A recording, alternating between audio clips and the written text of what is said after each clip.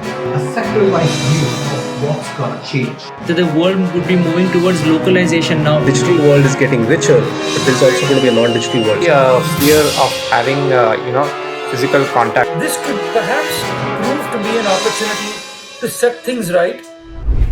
It's been roughly 2 months since pretty much the entire world has been in lockdown. While our bodies are locked up in a box, our minds are free to wander. Free to wander and think about what the post-coronavirus world is going to be like. Hello everyone, my name is Mustafa and I run a digital marketing agency by the name of Coscom from Mumbai. What is the post-coronavirus world going to be like business-wise? And to answer that question, we've curated ideas from experts across multiple domains in this video to give you a sector-wise view of what's gonna change. So make sure you watch this video till the end to grasp all the ideas. Let's get started.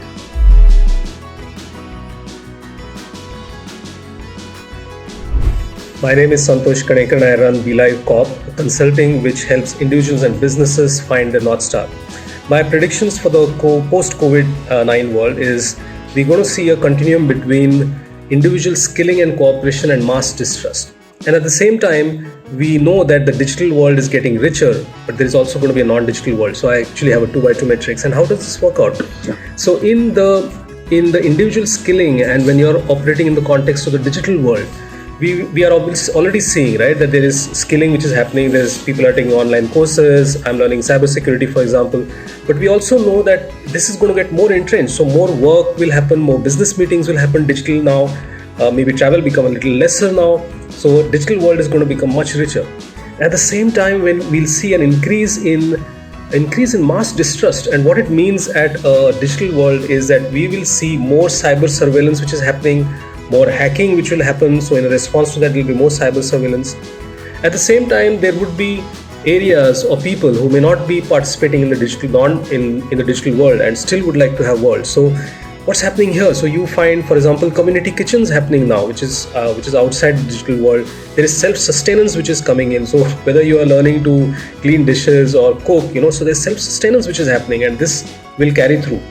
And in the non-digital world, what we're going to see with mass distrust is this kind of the current fear state will get extended a little bit. The underlying theme of nationalism, which was already there, is only going to increase in this world. So those are my predictions for the post-COVID world.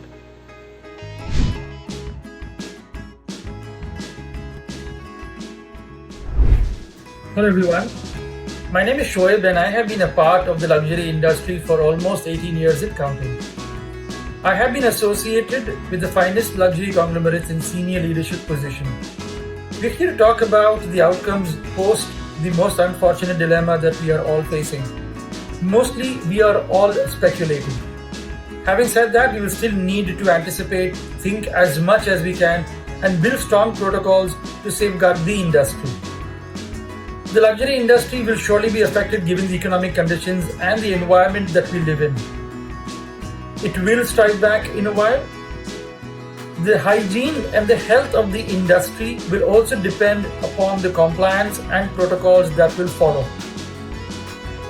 The larger challenge would be luxury being aspirational.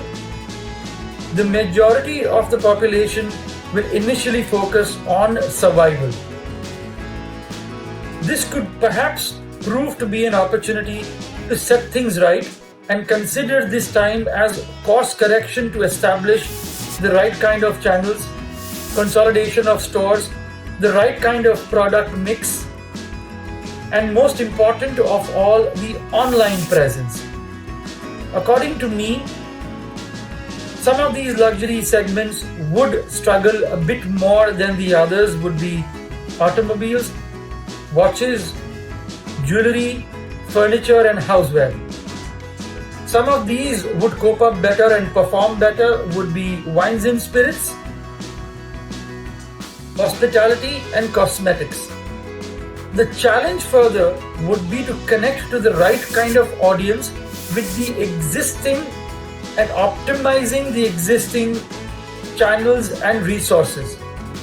I hope that the outcome is as positive as we are anticipating without any further unforeseen hurdles. Thank you very much for listening to me. Hello everyone, my name is Asad and we are in the business of manufacturing plastic and steel products. As you know that COVID-19 has had an impact on all sectors, especially the manufacturing sector. So once this pandemic settles down, I think there will be 3 to 4 major changes in the manufacturing sector. The first would be automation. More and more companies now be focused towards automation and be less labor dependent.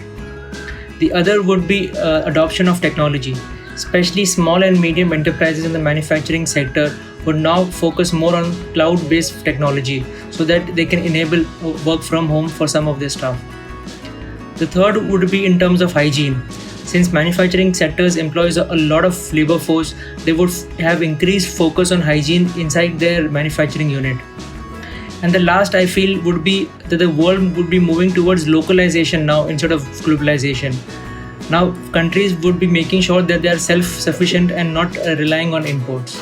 So these are the 3 to 4 major changes that I feel would happen in the manufacturing sector once this pandemic settles down. Hi, my name is Ali Kagzi. I am co-founder of Genix Students, and we are an edtech service provider offering online classes to students of classes 4 to 12th for various boards like CBSE, ICSE and other state boards across India. Coronavirus has created unprecedented environment and unprecedented situation across the country, and specifically there has been a very massive impact on education sector as a whole.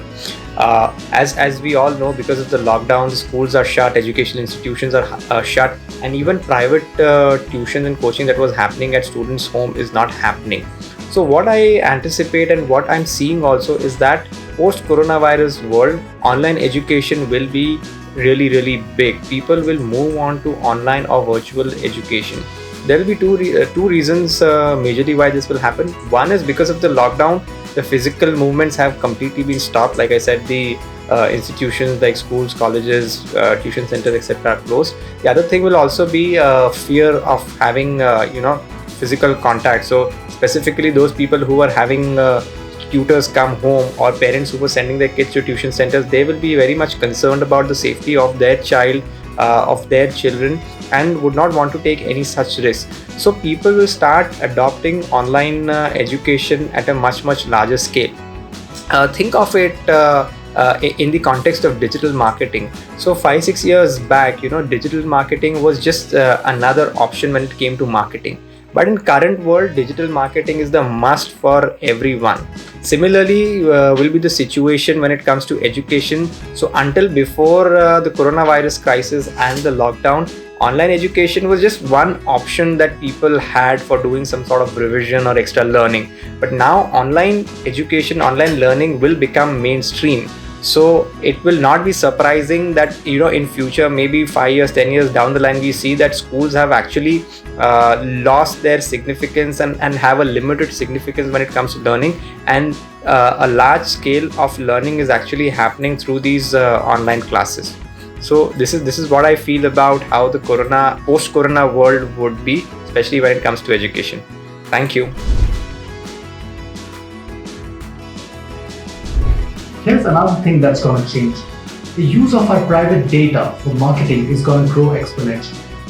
I know we all feel that we've already seen it happening, but what we've witnessed so far is barely the tip of the iceberg as compared to what's coming next. What makes me say that? Well, here are my 2 key reasons. The digital interfaces and digital interactions are going to rise drastically.